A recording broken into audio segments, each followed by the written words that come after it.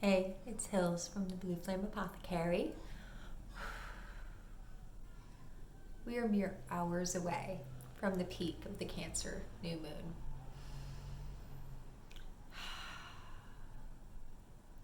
This is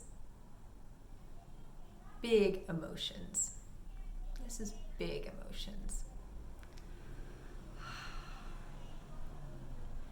New moons are those time periods, those places where we're brought from the void through the birth canal and into manifest, into life again.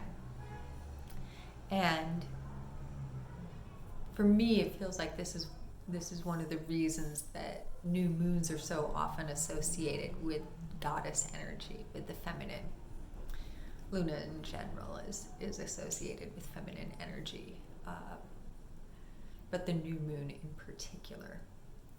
It's this taking of nothing into something.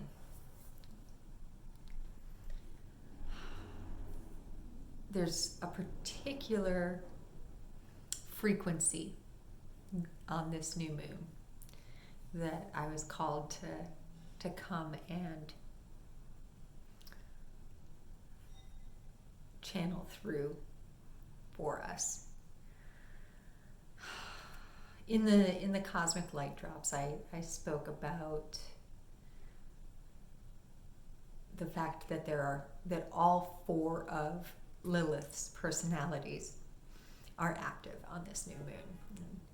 Most astrologers and energy workers, anyone who works within the astrological frameworks, will be talking about how prevalent Lilith is on this particular new moon. And I can feel that some of that is what's coming, but there's something else that I can feel brewing.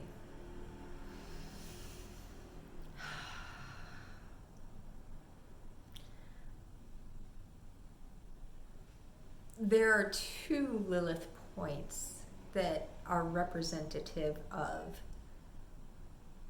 this hypothetical space. It's called hypothetical. It's the apogee. It's the point where the moon and the earth are the farthest apart. And there are two Liliths represented here. It kind of feels to me like there's the true oscillating, more wildly orbited, and then they average it out. And so there's these kind of wild woman aspect, and then there's the let's see if we can round those edges a little bit. Both of these points, and sometimes they're far apart, sometimes they're close together. Both of these points are right on top of the sun and moon, this new moon. And then there's her physical body, which is the asteroid that's named after her.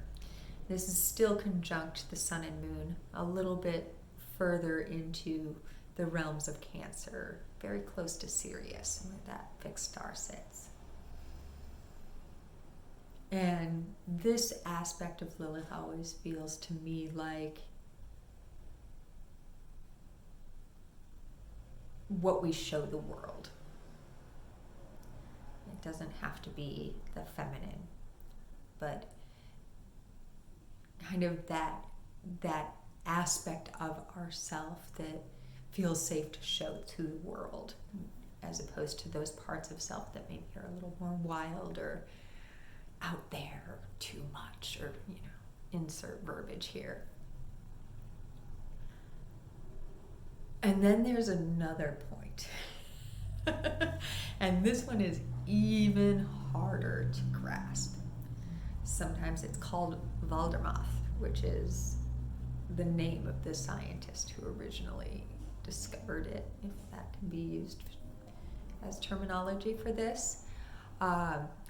It is a point that has appeared and disappeared and appeared and disappeared, not unlike Algol, the fixed star that we've talked about. But unlike Algol, where that was a binary star that was eclipsing itself, there isn't a currently known scientific rationale for why Earth's second moon, yes, Earth's second moon, I said that, sometimes appears and most of the time does not. I'm not going to get into here a debate about whether or not Earth has a second moon. One way that we could start to feel into this is looking at the Kotulowski clouds, these clouds that scientists have found on either side of the moon, kind of in the Lagrange space. And there's lots of dust, especially in the L5, the Lagrange 5 spot, this location. And it feels like this could be an aspect of what this is a part of us finally being able to start to see the second moon of Earth, Earth's second satellite. But before we get too far down that rabbit hole, it's not, does Earth have a second moon? Does Earth not have a second moon? What are these clouds? It's the energy that's represented by this body that's been given the name Dark Moon Lilith, that can sometimes be seen but most often cannot.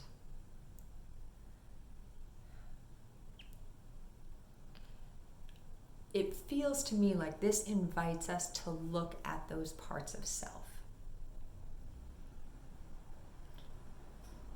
Right now, that point astrologically is sitting right on top of Jupiter and a star called the Garnet Star, which is also very Jupiter-esque.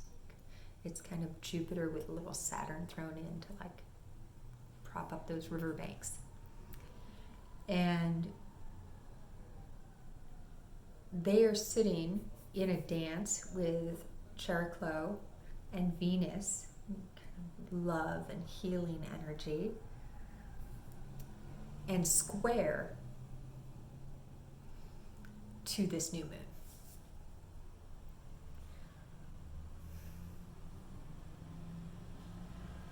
We've talked a lot about squares if you've been following along.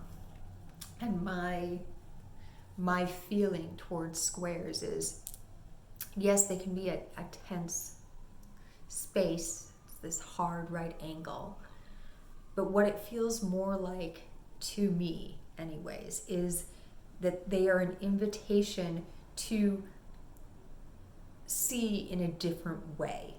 It's like a gift saying, can you hold this mirror up so that you can see down the blind drive or around this corner? And that the Dark Moon Lilith, this part of ourselves that most often we are not able to see or come into contact with, is sitting on top of Jupiter and this Garnet Star, with love and longing Venus, and healing and love Chericlo in a very nice trine. It's showing us this way, like, oh, here we go. All of Lilith and the sun and the moon are helping hold this mirror, and Venus and Chericlo are like, let me shine some light into the mirror so that it can angle just right. I'm feeling like that laser pointer so that you can get around corners.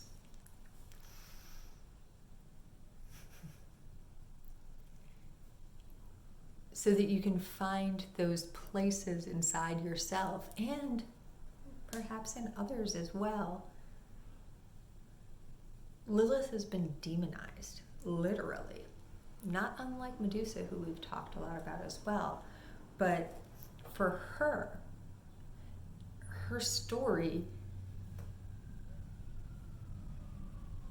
so often seems to begin as Adam's first wife, when the Jewish religion kind of took her essence and created this story around it to fit the framework that they wanted it to fit for this new religion.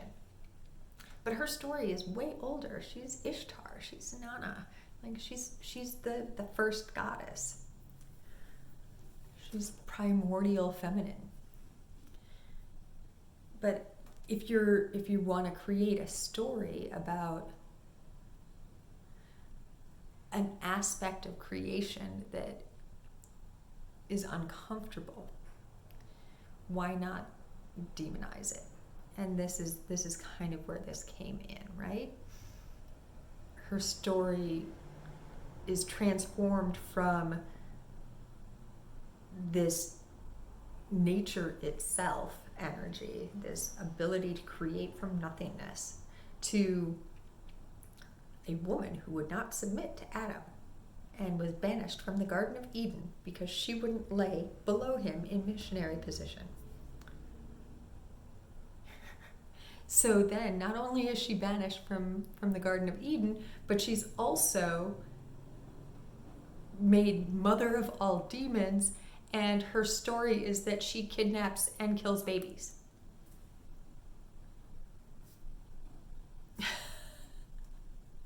How could you possibly demonize the feminine more than that? I don't know. Can we think then, maybe feel is a better word than think in this, from a heart place?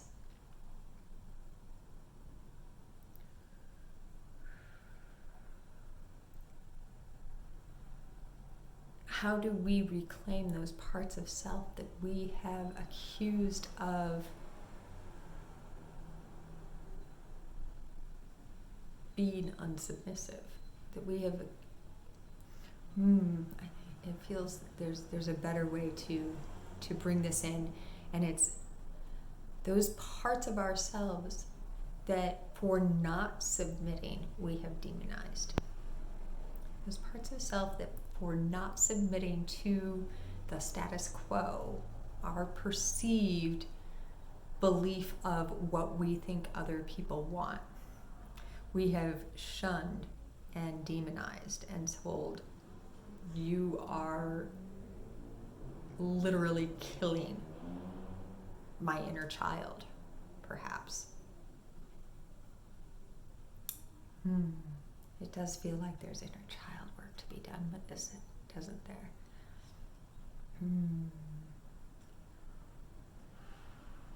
What if we played around in our heart space, always from the heart space, with the aspects of ourself that we thought were too childish, even when we were children. Oh, you can't play that game. Don't play with that doll. Or, you're a girl, you can't play with that truck or football. You're a boy, you can't play with that doll. It comes down to, where have we shunned parts of ourselves because they didn't seem to fit in with what was deemed appropriate, where we allowed ourselves to become submissive, perhaps, or where we were outcast because we wouldn't. This is really amazing and rich territory. It's also can be really painful. So this is why when I talk about going into these realms, it's always through the heart and with lots of love and compassion. I know for myself, I can get really judgmental of myself, that I wasn't doing this the right way, or I wasn't saying this the right way. And so I have to remember as well, get into the heart space, have compassion for self, and remember I was doing the best I could with the tools that I had at that time. And each moment,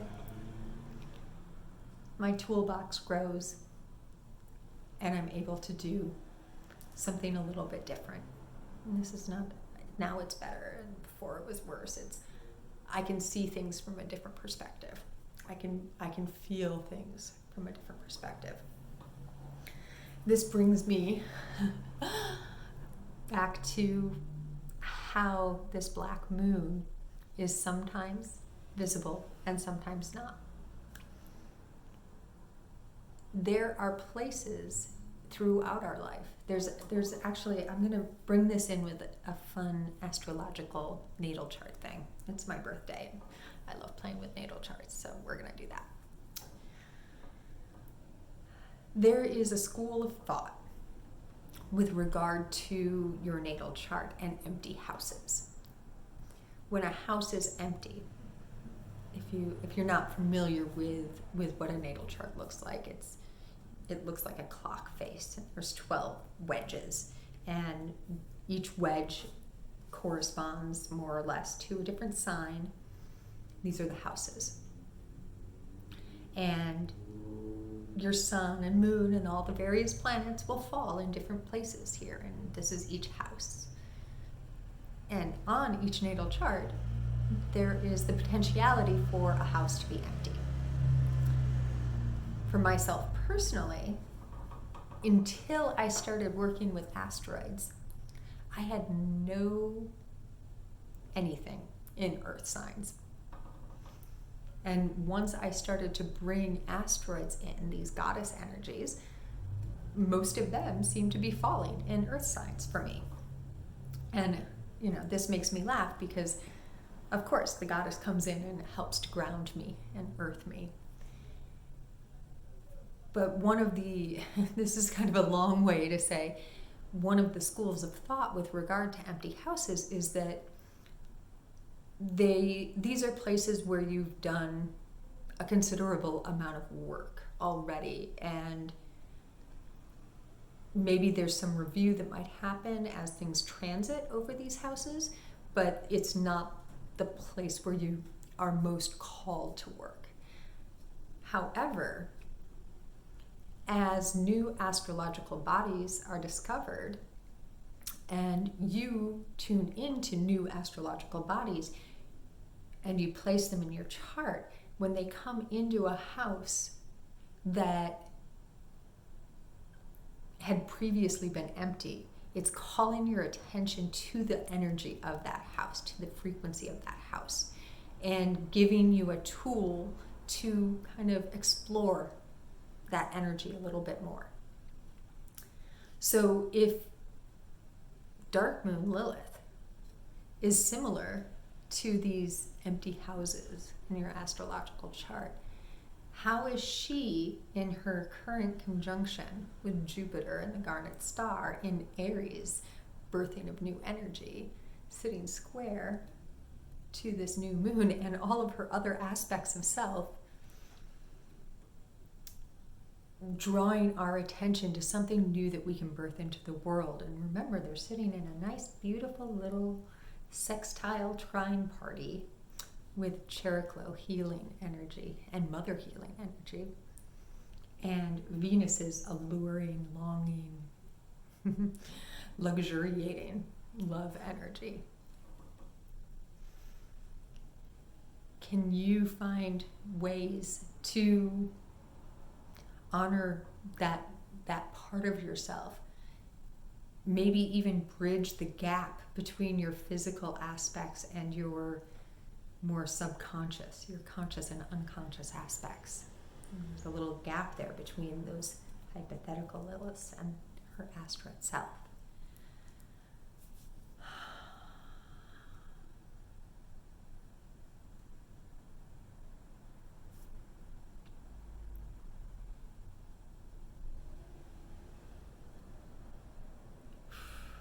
I can feel something's trying to come through. Sorry for the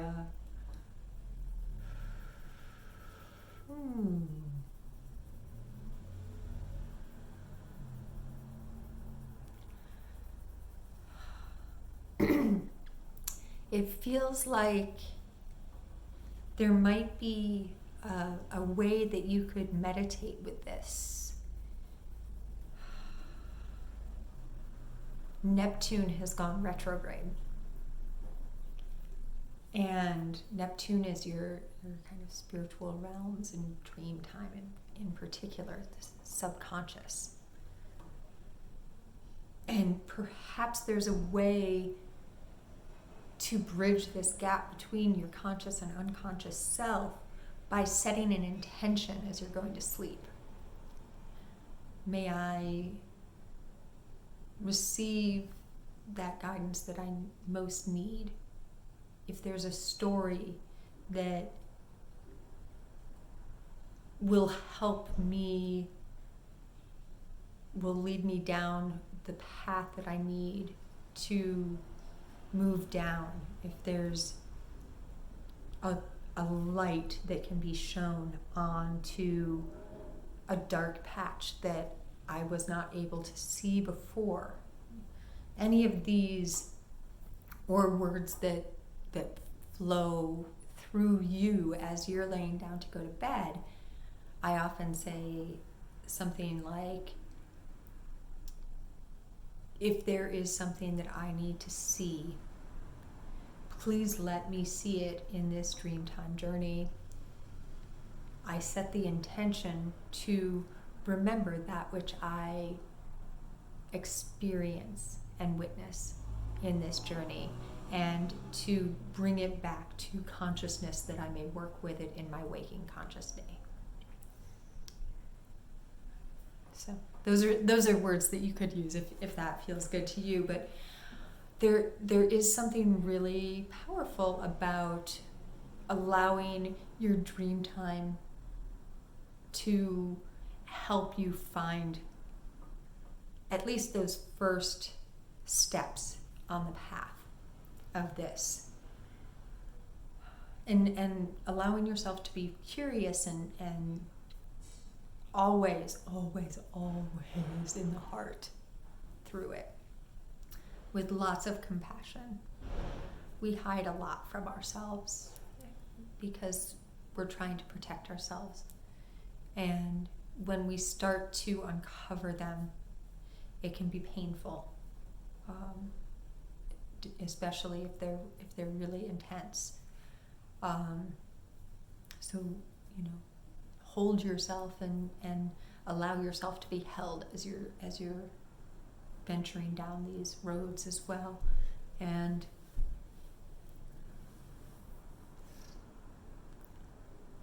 thank you for letting me share any and all the parts of the journey that I get to share with you.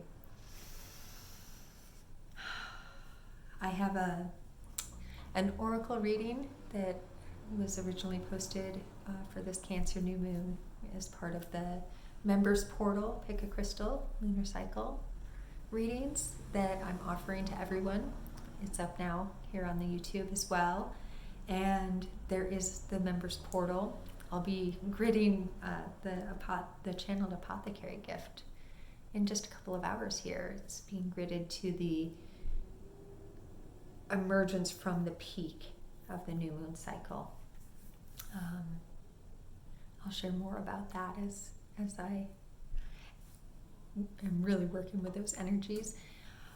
You can check out the Cosmic Light Drops newsletter. I'll throw links to the Light Drops newsletter, to the Apothecary portal, members portal, and also to one-on-one sessions if you're interested in something like that, working with me in that way.